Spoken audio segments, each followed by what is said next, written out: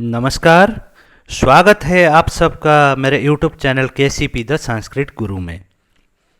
आज हम पढ़ने वाले हैं सुभाषितानी का अवशिष्टांश श्लोक 4 से लेकर श्लोक 7 तक। इससे पहले हम पढ़े थे श्लोक 1 से लेकर श्लोक 3 तक।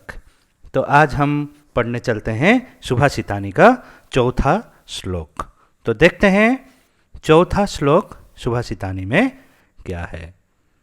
तो देखिए, पीत्वा रसं तु कटुकं मधुरं समानं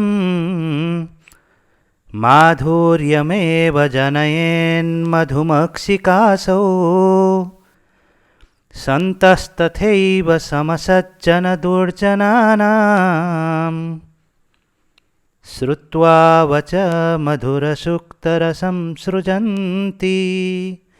इस तरह से इस श्लोक का आप सस्वर वाचन करें, इसका बार बार अभ्यास करें ताकि जो श्लोक में जो छंद है उसका आपका अभ्यास हो सके और इसके स्वर से वाचन से आपके जो पठन शुद्धि है वो भी हो सके। तो इस तरह से सबसे पहले देखते हैं अन्वय।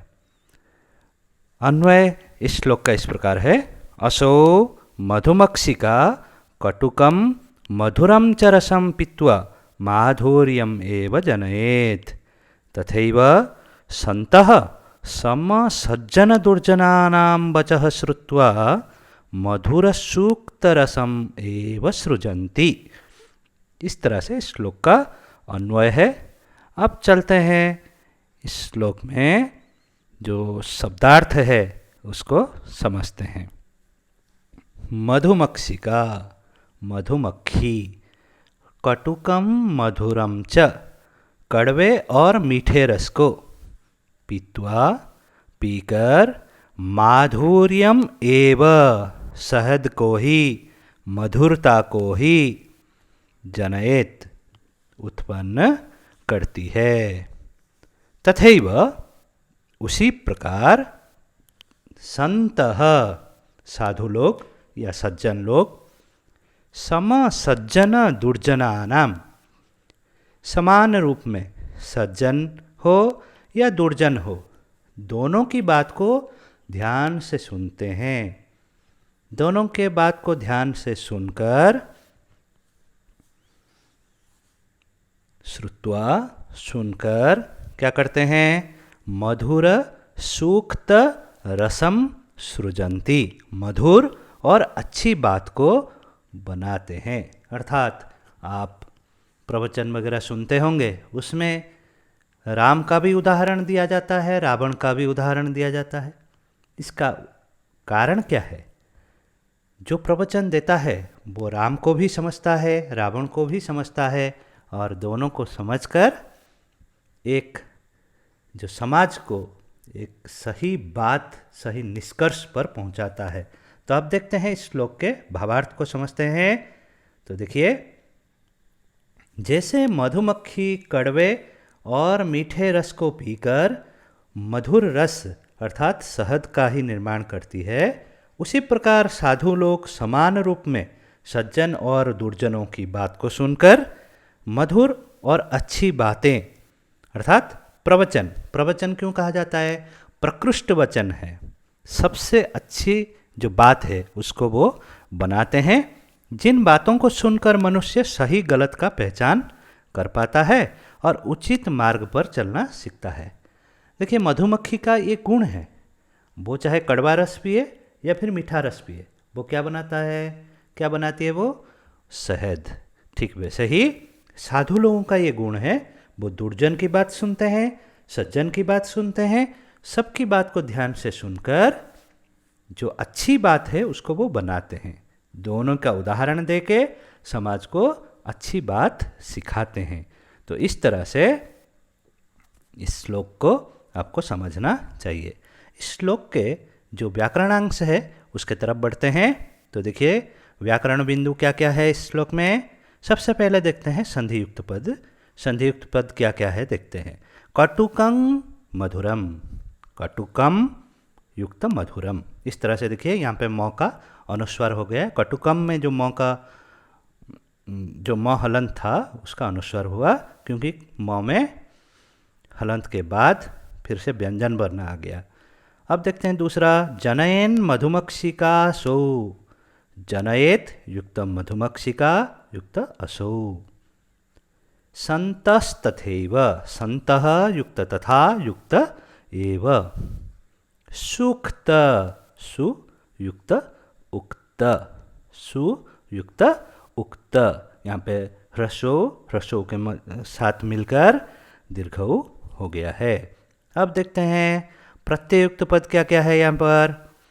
प्रत्ययुक्त पद में पित्वा, पा युक्त क्त्वा, पित्वा। श्रुत्वा, श्रु युक्तत्वा, श्रुत्वा। इस प्रकार से प्रत्ययुक्त पद है। अब देखिए विशेष्य विशेषण पद यहाँ पर क्या व्यवहार किया गया है। तो देखिए रसम, रसम का यहाँ पर कटुकम है विशेषण पद और मधुरम भी है विशेषण पद। इसी प्रकार यहाँ पर विलोम पद का भी व्यवहार हुआ है। यथा कटुकम मधुरम सज्जनानाम दुर्जनानाम। इस प्रकार से इस श्लोक के जो व्याकरण बिंदु है आपको समझना चाहिए। अब चलते हैं 5वें श्लोक की तरफ। पंचम श्लोक कुछ इस प्रकार है, देखिए। विहाय पौरुषम यो हि दैवमेवावलम्बते प्रसाद सिंहवत्तस्य मूर्ध्नि तिष्ठन्ति वायसा। विहाय पौरुषम यो हि दैवमेवावलम्बते प्रसाद सिंहवत्तस्य मूर्ध्नि तिष्ठन्ति वायसा। इस तरह से आप इसका सस्वर वाचन करेंगे। अब चलते हैं इसके अन्वय की तरफ। तो यो पौरुषम विहाय दैवमेव हि अवलम्बते प्रासाद सिंहवत् तस्य मूर्ध्नि वायसाः तिष्ठन्ति। यो पौरुषम विहाय दैवम एव हि अवलम्बते प्रासाद सिंहवत् तस्य मूर्ध्नि वायसाः तिष्ठन्ति। अब इसके शब्दार्थ के तरफ चलते हैं। शब्दार्थ में क्या क्या है सबसे पहले देखते हैं। यो अर्थात यो मनुष्य, जो व्यक्ति, पौरुषम उद्यम को, परिश्रम को, विहाय छोड़कर, दैवम एव भाग्य का ही, भाग्य पर ही, अवलंबते आश्रित रहता है या निर्भर रहता है। जो मनुष्य परिश्रम को छोड़ देता है, खाली भाग्य पर निर्भर रहता है। प्रासाद सिंहवत, प्रासाद सिंह अर्थात महल के सामने शेर की मूर्ति बनी हुई आप देखे होंगे, उसकी तरह, महल के सामने खड़े शेर की या सिंह की मूर्ति की तरह। तस्य उस मनुष्य के, मूर्धनि अर्थात सिर पर, तिष्ठन्ति वायसाः, वायसाः तिष्ठन्ति। वायस अर्थात कौवा, वायसाः बहुवचन में तो कौवे, तिष्ठन्ति अर्थात बैठते हैं। जैसे महल के सामने जो खड़ा शेर होता है उसमें प्राण नहीं होता है, वो पौरुष रहित होता है, तो वो किसी का कुछ नहीं बिगाड़ सकता, इसलिए उसके सिर पे कौवे भी बैठ जाते हैं। तो ठीक उसी प्रकार जो मनुष्य उद्यम परिश्रम को छोड़ देता है, काम करना छोड़ देता है, खाली भाग्य पर आश्रय करके रहता है, उस मनुष्य पर कोई भी भरोसा नहीं करता है, उसका कोई सम्मान नहीं करता है, उसको संसार में कुछ भी सम्मान प्राप्त नहीं होता है। इसी तरह अब इसका भावार्थ देखते हैं। भावार्थ इस प्रकार है, जो मनुष्य परिश्रम करना छोड़कर भाग्य पर आश्रित रहता है, निर्भर रहता है, उस मनुष्य की स्थिति महलों में बने हुए उस शेर की तरह हो जाती है जिसके सिर पर कौवे बैठते हैं। अर्थात उस व्यक्ति के पौरुष रहित होने के कारण कोई भी उसका वैसे ही सम्मान नहीं करता है जैसे किसी प्रासाद के सामने विराजमान सिंह की मूर्ति के प्राण रहित होने के कारण उसका कोई सम्मान नहीं करता है, और कौवे इत्यादि पक्षी भी उसके सिर पर बैठते हैं। तो इस प्रकार से आप इस श्लोक को समझना चाहिए। अब देखते हैं इस श्लोक के कुछ व्याकरण बिंदु। व्याकरण बिंदु में सबसे पहले हम देखेंगे क्या है संधियुक्त पद। तो संधियुक्त पद इस श्लोक में इस प्रकार है, यो ही, यह युक्त ही, यो ही, एवावलंबते, एव युक्त अवलंबते, एवावलंबते, इस प्रकार। अब देखते हैं प्रत्ययुक्त पद। प्रत्ययुक्त पद में देखिए विहाय, वि युक्त हा युक्त ल्यप, यहाँ पर ल्यप प्रत्यय है। इस तरह से देखिए अब कर्ता क्रिया यहाँ पर क्या क्या है देखते हैं। अवलंबते यहाँ पर क्रिया है, यह मनुष्य, इसको समझा रहा है मनुष्य को, तो यह यहाँ पर कर्ता है। और तिष्ठन्ति यहाँ पर क्रिया है, वायसाहा, वायसाहा यहाँ पर कर्ता है। तिष्ठन्ति क्रिया और वायसाहा कर्ता है। इसी प्रकार इस श्लोक के व्याकरण बिंदुओं को आप जान लीजिए। अब चलते हैं जो छठा श्लोक है इस पाठ के उसके तरफ। छठा श्लोक आपका इस प्रकार है, पुष्प पत्र फल छाया मूल बल्कल दारुभिः धन्या महिरुहाः येषां विमुखाः यान्ति नार्थिनः। पुष्पपत्र फलच्छाया मूलबल्कलदारुभिः धन्या महिरुहा येषां विमुखा यान्ति नार्थिनः। इस श्लोक को आप इस तरह से वाचन कर सकते हैं। तो अब देखते हैं श्लोक का अन्वय क्या है। देखिए अन्वय कुछ इस प्रकार है, महिरुहाः पुष्प पत्र फल छाया मूल बल्कल दारुभिः धन्याः सन्ति येषाम् अर्थिनः विमुखाः न यान्ति। महिरुहाः अर्थात पेड़, वृक्ष, महिरुहाः अर्थात वृक्ष। तो पुष्प पत्र फल छाया मूल बल्कल दारुभिः, फूल, पत्ते, फल, छाया, जड़, छाल और लकड़ियों से युक्त जो वृक्ष हैं, महिरुहाः अर्थात वृक्षः, धन्याः धन्य हैं। क्यों? ये शाम जिनके, अर्थिनः मांगने वाले, जो उनसे, जैसे पेड़ के पास हम भी जाते हैं, आप भी जाते हैं, किसी को फल चाहिए, किसी को फूल चाहिए, किसी को पेड़ के छाल चाहिए, किसी को लकड़ी चाहिए, किसी को जड़ चाहिए। हम अपने अपने हिसाब से पेड़ों के पास जाते हैं। तो हम सभी पेड़ों के पास याचक के रूप में जाते हैं, मांगने वाले के रूप में जाते हैं। तो अर्थिनः विमुखाः न यान्ति, विमुखाः अर्थात उन पेड़ों से, उनसे निराश होकर, न यान्ति नहीं लौटते हैं। पेड़ों के पास बहुत कुछ है, फूल है, पत्ता है, फल है, छाव है, जड़ है, उनके छाल है, लकड़ियां हैं, तो बहुत कुछ है देने के लिए। तो उनसे मांगने वाले कभी निराश होकर नहीं जाते हैं। इसीलिए हम हमेशा पेड़ों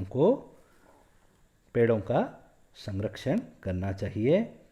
तो अब देखते हैं भावार्थ।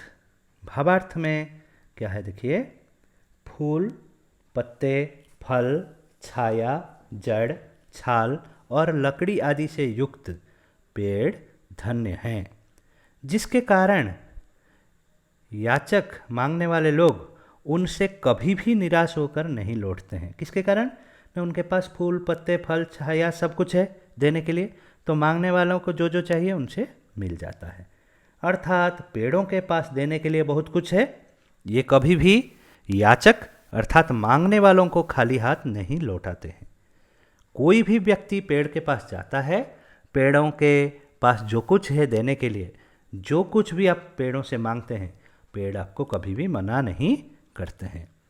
तो इस तरह से पेड़ हमारे उपकार करते हैं। तो अब चलते हैं व्याकरण बिंदुओं की तरफ। क्या क्या व्याकरण बिंदु है इसमें देखते हैं। तो सबसे पहले देखिए संधियुक्त पद क्या है, फलच्छाया, फल युक्त छाया, फलच्छाया। अनंतर है नार्थिनः, न युक्त अर्थिनः। विमुखा यान्ति, विमुखाः युक्त यान्ति। अनंतर है धन्या महिरुहाः, धन्याः युक्त महिरुहाः, धन्याः युक्त महिरुहाः। इस तरह से इस श्लोक के जो संधियुक्त पद है इनको आप समझ लीजिए और इनको जान लीजिए। अब देखते हैं क्या व्याकरण अंश है इसमें, विशेष्य विशेषण है। तो विशेष्य विशेषण में क्या आएगा, महिरुहाः ये विशेष्य है, विशेषण के रूप में यहाँ पर धन्याः। अर्थिनः, अर्थिनः इसका विशेषण शब्द क्या है, विमुखाः। तो इस तरह से आप जाने कि इस श्लोक में क्या क्या व्याकरणांश है। अब देखिए जो अंतिम श्लोक है, 7 नंबर श्लोक है इस पाठ के, तो उसके तरफ बढ़ते हैं। तो देखिए चिंतनीया हि विपदाम आदावेव प्रतिक्रियाः, न कूपखननं युक्तं प्रदीप्ते वह्निना गृहे। इस तरह से फिर से वाचन करते हैं। चिंतनीया हि विपदाम आदावेव प्रतिक्रियाः, न कूपखननं युक्तं प्रदीप्ते वह्निना गृहे। तो इस तरह से आप इस श्लोक का सस्वर वाचन करेंगे। इसका बार बार अभ्यास करना है आपको। तो इस श्लोक का अन्वय देखते हैं। अन्वय में क्या है, आदौ एव विपदाम प्रतिक्रियाः हि चिंतनीयाः, वह्निना गृहे प्रदीप्ते कूपखननं न युक्तम्। आदौ एव विपदां प्रतिक्रियाः हि चिंतनीयाः, वह्निना गृहे प्रदीप्ते कूपखननं न युक्तम्। इस तरह से इसके अन्वय को आपको जानना है। तो देखते हैं, शब्दार्थ समझते हैं क्या है। तो देखिए आदौ एव, आदौ एव अर्थात पहले से ही, पहले से ही, विपदाम विपत्तियों का, प्रतिक्रिया अर्थात प्रतिकार का उपाय। विपत्तियां आने वाली है, उससे पहले हमें उसका समाधान ढूंढ लेना चाहिए। विपत्तियों के बारे में पहले से सोचकर हमें प्रतिकार का उपाय सोच लेना चाहिए। चिंतनीयाः सोचना चाहिए। वह्निना अर्थात आग से, प्रदीप्ते गृहे घर जल जाने पर, कूपखननं न युक्तम, कूपखननं न युक्तम कुआं खोदना उचित नहीं है। वह्निना आग से घर जल जाने पर कुआं खोदना उचित नहीं है। जब आग लग जाएगी घर में तब आप कुआं खोदेंगे तो उससे क्या होगा, घर तो जल जाएगा और कुआं खोदने में आपका समय नष्ट हो जाएगा, आप विपत्तियों से बच नहीं पाएंगे। अब देखते हैं भावार्थ क्या है। तो देखिए हमें आने वाली विपत्तियों के प्रतिकार के उपाय पहले ही सोच लेना चाहिए, न कि विपत्तियां आने पर। अर्थात आने वाली जो विपत्ति है उसके बारे में पहले से सोचकर हमें उसका उपाय सोच लेना है। जैसे घर में आग लग जाने पर कुआं खोदना अनुचित है, अर्थात घर को आग से बचाने के लिए कुआं पहले से ही खोद लेना चाहिए। उसी तरह विपत्तियों से बचने का उपाय पहले से ही कर लेना चाहिए। तो विपत्तियों से बचने का उपाय हम पहले से सोच लेंगे तो विपत्तियां जब आएंगी तो हम विपत्तियों के चपेट में नहीं आएंगे, विपत्तियों से बच पाएंगे। अगर विपत्तियां आने के बाद हम उसके बचने के उपाय करेंगे, उससे बचने का तरीका ढूंढेंगे, तो उसमें हमारा समय नष्ट हो जाएगा और विपत्तियां हमें नुकसान पहुंचाएंगी। तो अब हम देखते हैं इसके व्याकरणांश। व्याकरणांश क्या क्या है इसमें देखिए। तो सबसे पहले देखिए संधि युक्त पद, तो बोलता है आदावेव, आदौ युक्त एव, आदौ युक्त एव। यहाँ पर आदौ युक्त एव ये संधि युक्त पद है। आगे देखिए प्रत्यय युक्त पद क्या है, चिंतनिया, चिंतनिया, चिंत युक्त अनियर युक्त टाप, चिंत युक्त अनियर चिंतनीय हो गया, उसके बाद टाप प्रत्यय लगकर स्त्रीलिंग में चिंतनिया। तो अनंतर व्याकरणांश क्या है देखिए, विशेष्य विशेषण है। तो विशेष्य विशेषण देखिए, गृहे ये विशेष्य पद है, प्रदीप्ते ये विशेषण पद है, कुपखननम ये विशेष्य पद है, युक्तम ये विशेषण पद है, प्रतिक्रिया ये विशेष्य पद है, और चिंतनिया ये विशेषण पद है। इस प्रकार इसके जो व्याकरणांश को आप समझेंगे और ये चारों श्लोक को आप अच्छे से पढ़ेंगे। ठीक है, तो आशा करता हूँ आपको ये पाठ अच्छे से समझ में आया होगा। इसको बार बार आप देखिएगा, बार बार पढ़िएगा, अभ्यास करिएगा और श्लोकों का सस्वर वाचन का अभ्यास करिएगा। तो सुभाषितानी जो पाठ है आपके लिए अत्यंत सरल हो जाएगा। तो चलिए दोस्तों फिर आगे चलते हैं, आगे एक नए पाठ के साथ मिलते हैं। अगला पाठ होगा बिलस्य वाणी न कदापि मैं श्रुता। बहुत जल्द आपके सामने मैं उपस्थित होऊंगा फिर से नए पाठ के साथ। तो आज के लिए इतना ही। धन्यवाद आप सबका। मेरे चैनल को ऐसे ही प्यार देते रहिए और मेरे चैनल को ऐसे ही सब्सक्राइब करते रहिए ताकि मेरे चैनल का हर अपडेट आपको समय पर मिलता रहे।